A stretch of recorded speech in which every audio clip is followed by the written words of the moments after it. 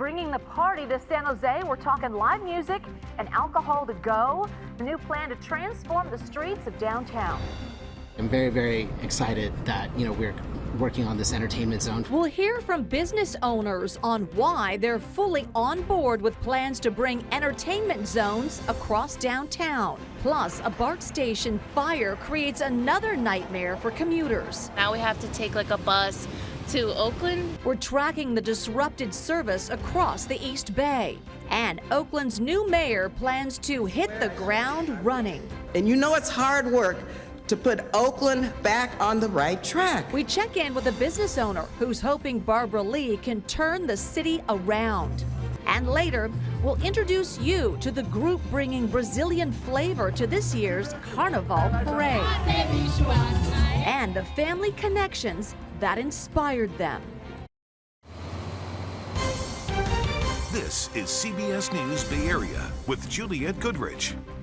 Good evening. It is a new strategy to bring life to downtown San Jose, and it's taking a page out of San Francisco's playbook by bringing the party to the streets. The plan is create a series of downtown entertainment zones, streets and walkways with looser limits on permits for special events. That means allowing alcohol outside on the city's most popular plazas and streets. The goal is to see more of this huge crowd like last week's block party hosted by the San Jose Earthquakes. Thousands of people came out. Our John Ramus explains what these entertainment zones are all about. The pandemic taught us some lessons about the way people prefer to play, and it is in places like tiny little Post Street that the city of San Jose is trying to put some of those lessons into practice.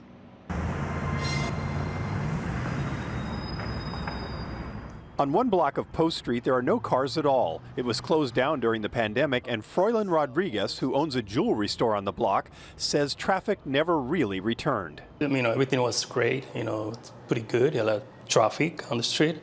Now it seems like after COVID, we went really slow. Everything is kind of quiet. You see the street is lonely. Now the city has shut it down permanently, this time giving it a special designation in the effort to bring life back to downtown. By designating Post Street as one of our first entertainment zones, we're building on that momentum and allowing all of the bars and restaurants here to take advantage of planned events in the future. The mayor says there are 8 downtown areas named as entertainment zones where people would be allowed to take the food and drinks they buy out into the public spaces. You suddenly can actually leave the premises of the restaurant or bar and walk around within the zone. And then it's easier to integrate entertainment or art or actually have this more robust experience in a larger public space. That may seem like a simple idea, but it took a new state law to make it possible. It's going to increase business 100%. Why do you think that will happen? Just because that's something new that we haven't had before. Actually, they did have it before, during the pandemic. Post Street was closed during the lockdown for outdoor dining. But at the 55 South Bar, they didn't just put tables out, they actually constructed a large shipwreck in the middle of the street for customers to sit inside. Co-owner Eric Nielsen says it was just the kind of zany thing that cooped-up people were looking for. It was insane that we did this, but we did, and it was hugely popular for over a year and a half. I think it was fantastic for the city. We had families walking down the street, at all times of the day, and then even into the evening. And before, we didn't see that. Before the pandemic, we never saw that. Now, during special permitted events, businesses in the entertainment zones will be able to use the streets and sidewalks for outdoor events. Last week, they got a little taste of that. Actually, a big taste, when the city staged a block party for tens of thousands of young people featuring star Instagram DJ Steve Aoki. Nielsen said it was just the boost he was looking for. We did better sales-wise, but most importantly, just walking around downtown, it felt alive. It felt like a normal downtown city again, and we really missed that. So yeah, anything that can help that and make people feel comfortable and give them an opportunity and an excuse to go out and see something different and do something different and have a good time, that's kind of the key. During the pandemic, outdoor entertainment was meant to keep distance between people. Now it's being used to bring them together again. Today, the council voted unanimously to approve the entertainment zone designations. This was made possible by Senate Bill 969, passed in September, that allows cities to establish areas where consumption of alcohol on public streets would be legalized during special events.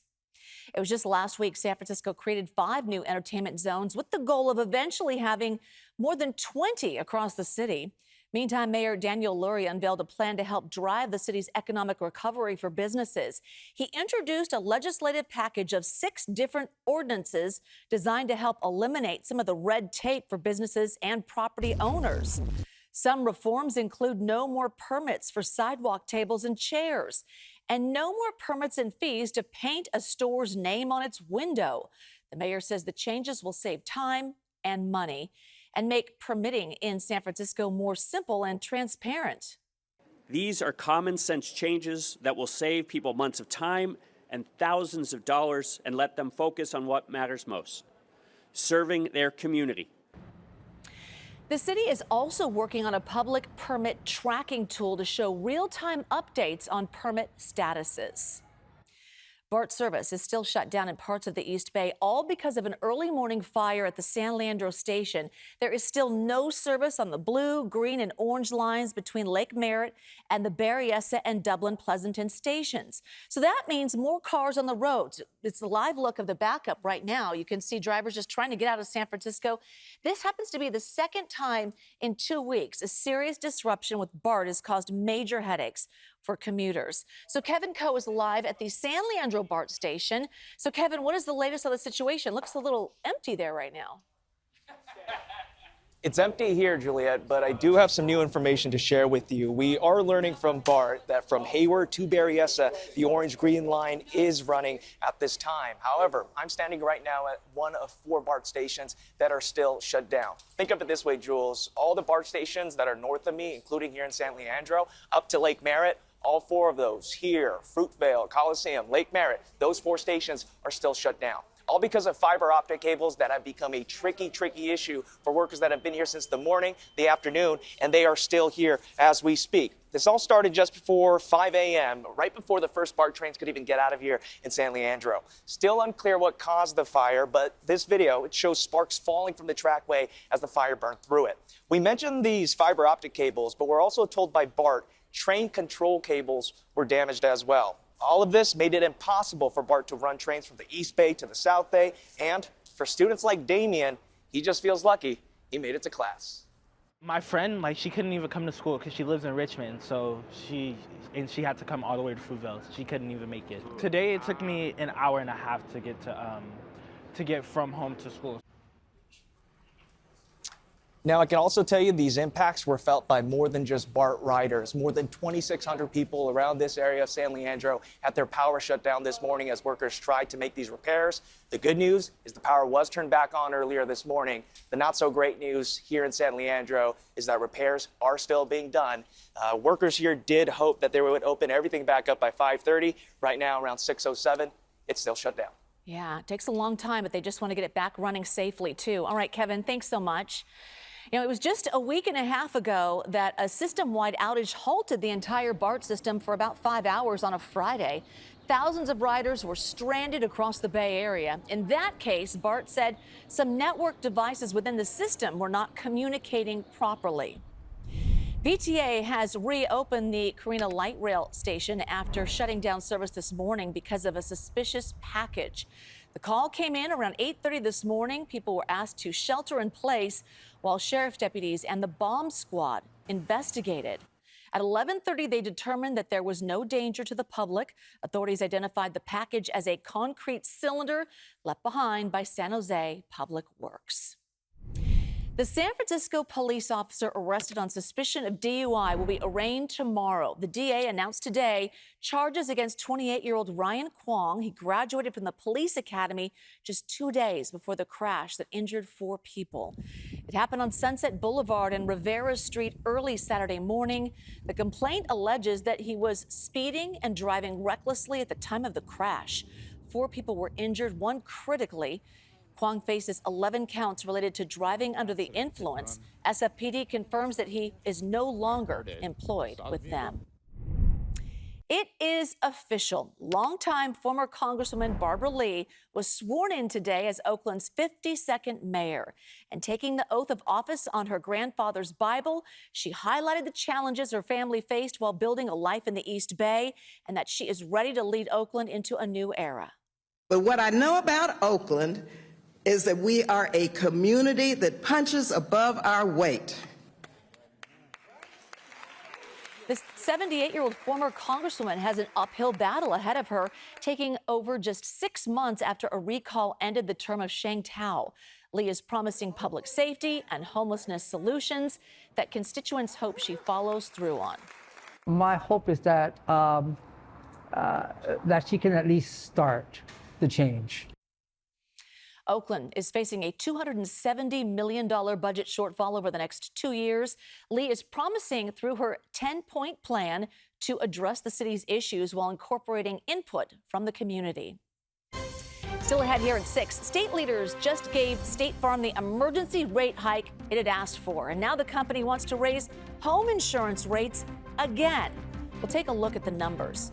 Plus, we'll introduce you to a Brazilian dance group set to samba through the streets of San Francisco during Carnival. And for one member, those traditions run deep in her family. And I believe this is the year of one of my earliest memories. Carnival was a space where she could be creative.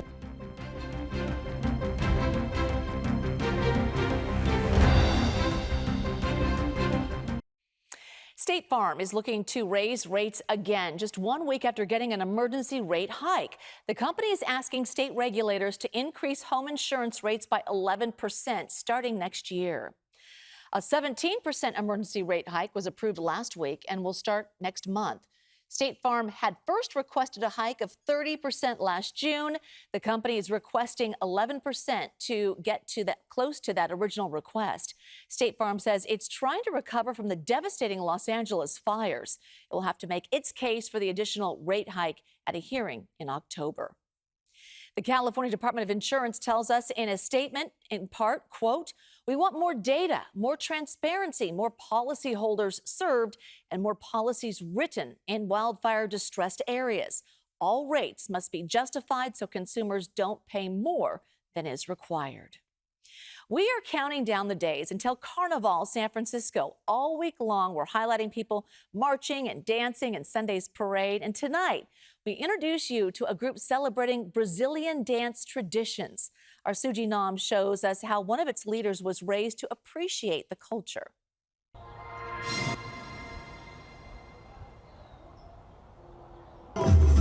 After 3 months of rehearsals, Bloco Jinga Brazil is about to cross the finish line. Taina Damasceno, the group's artistic director, has been busy prepping for the SF Carnival, focusing on their theme of home. The Carnival of Bahia and of Rio de Janeiro. Bahia being our founder's home state that has a very strong Carnival culture, very much rooted in the streets. She is working with Kellen Rosa, a samba director from Rio, to choreograph the group's dance routine. The group will feature more than 150 Jinga Brazil performers like these, parading down the Mission District this year. Every Saturday, getting together, costuming together, rehearsing dances, understanding the cultural traditions behind what we're doing. For Damasceno, the SF Carnival is more than just a festival. It's family tradition. This is my mother, Conceição Damasceno, artist from Bahia, Brazil. And really when she founded Jinga Brazil, her intention was to showcase authentic Brazilian Carnival culture.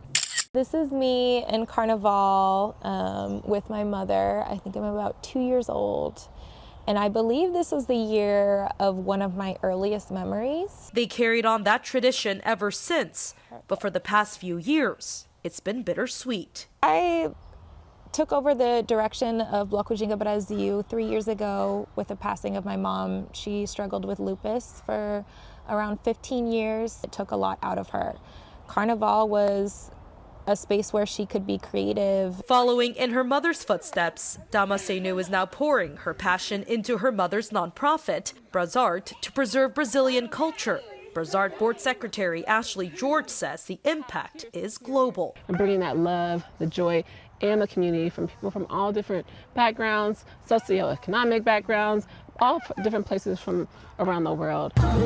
And for Damasceno, the dance routine, the costume, the music, all go back to her mother. Continuing the legacy of telling stories that are important to our people, telling stories that shine light on marginalized groups, that shine light on folks who don't have a voice or whose voice is being ignored. Sharing their voices Brasil, bloco mais barril. For the world to hear. And of course, we'll be bringing you the Carnival Parade live. Coverage starts Sunday at 10 a.m. on our sister station, KPIX Plus, and streaming on CBS News Bay Area. Weather this weekend is looking pretty pleasant, but probably not as warm as the stretch of weather that we're in right now. Temperatures today were at least a few degrees above average in San Jose and about 7 or 8 degrees above average for Concord and Santa Rosa. Another warm day tomorrow, and then some changes late this week. Tracking that and the Memorial Day weekend forecast and First Alert Weather. How's this for a bust? Police arrested a woman accused of trying to sneak 151 pounds of pot through SFO. The San Mateo County DA's office says earlier this month the woman was trying to board a flight to Germany. A customs agent took a look at her 4 pieces of luggage, and that's when they allegedly found 130 vacuum-sealed bags of marijuana. The 34-year-old from Southern California was booked on felony charges. She's got a court date set for early next month. All right, not judging, but that wasn't a very good idea. Yeah. I would ask what the thought process was, but Yeah. I don't think there's a great deal of thinking that was involved there. We don't judge here, but we I will do. say it wasn't. No, I do. I Well, you can. would. No, Yeah. that's what I appreciate about you. Yeah. Yeah. That was dumb. That was Anyway.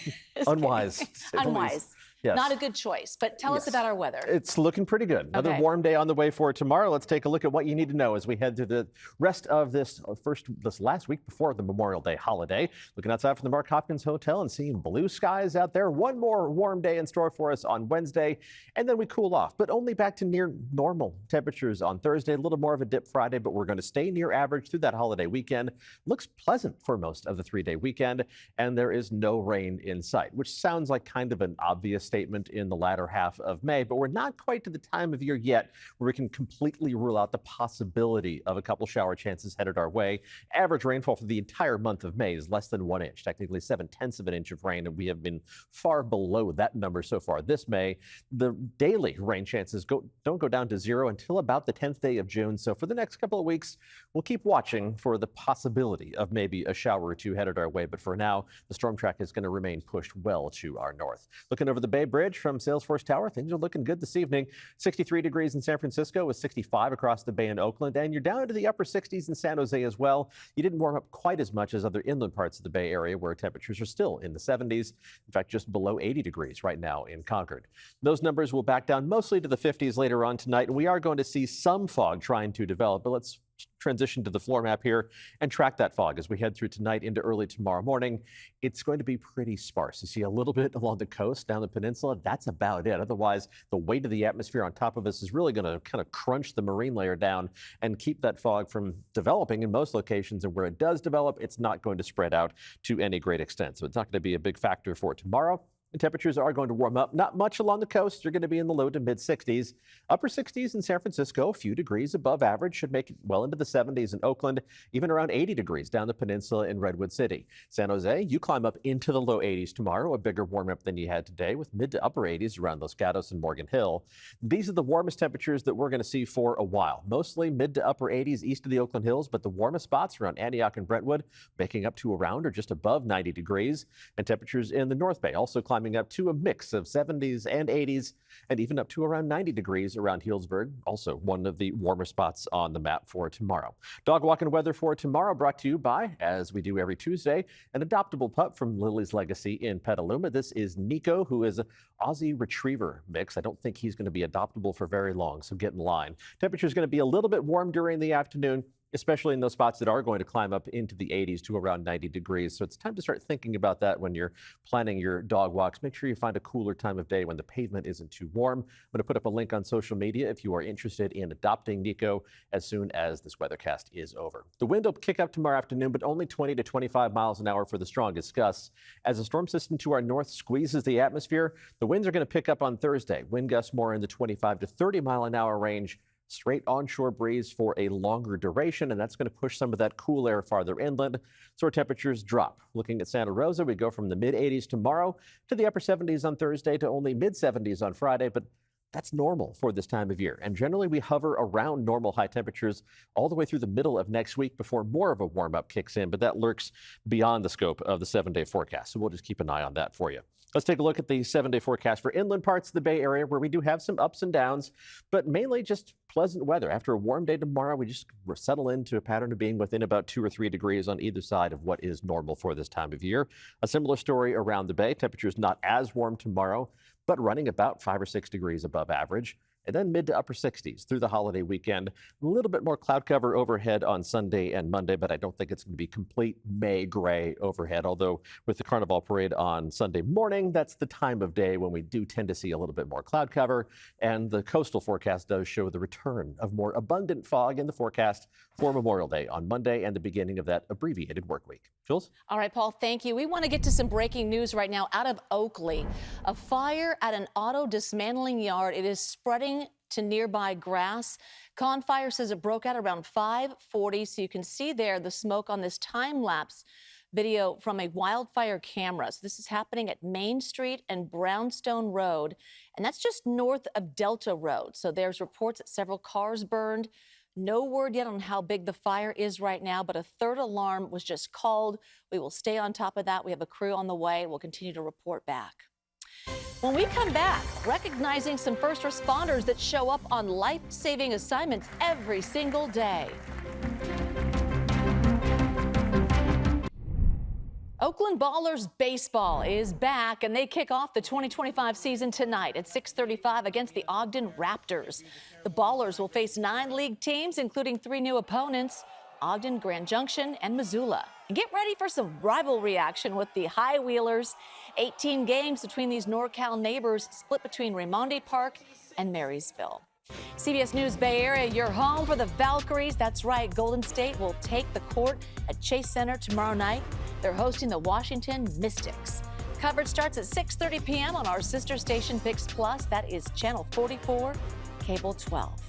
It takes a lot of people to respond in a crisis. The calm and steady dispatcher, the police and paramedics who are first on the scene, and the emergency room doctor who has to make split-second decisions. Today, those heroes were honored at the Emergency Medical Services Awards in San Francisco. There were 8 different categories honoring paramedics, physicians, law enforcement, and firefighters. Among the people honored were 6 CHP officers who stayed with a woman in distress on the Bay Bridge. The officer standing behind me stood with a patient on the edge of the bridge from 9 o'clock in the evening until 5 o'clock in the morning for over 7 hours to calm an individual and be with her and demonstrate patience, communication skills, and most importantly, that they cared. The city's emergency medical services started in the 1850s during the gold rush. We thank them all. CBS Evening News with Maurice Dubois and John Dickerson is next. We'll see you with more local news at 7 o'clock and the latest on this fire burning in Oakley. We'll see you at 7.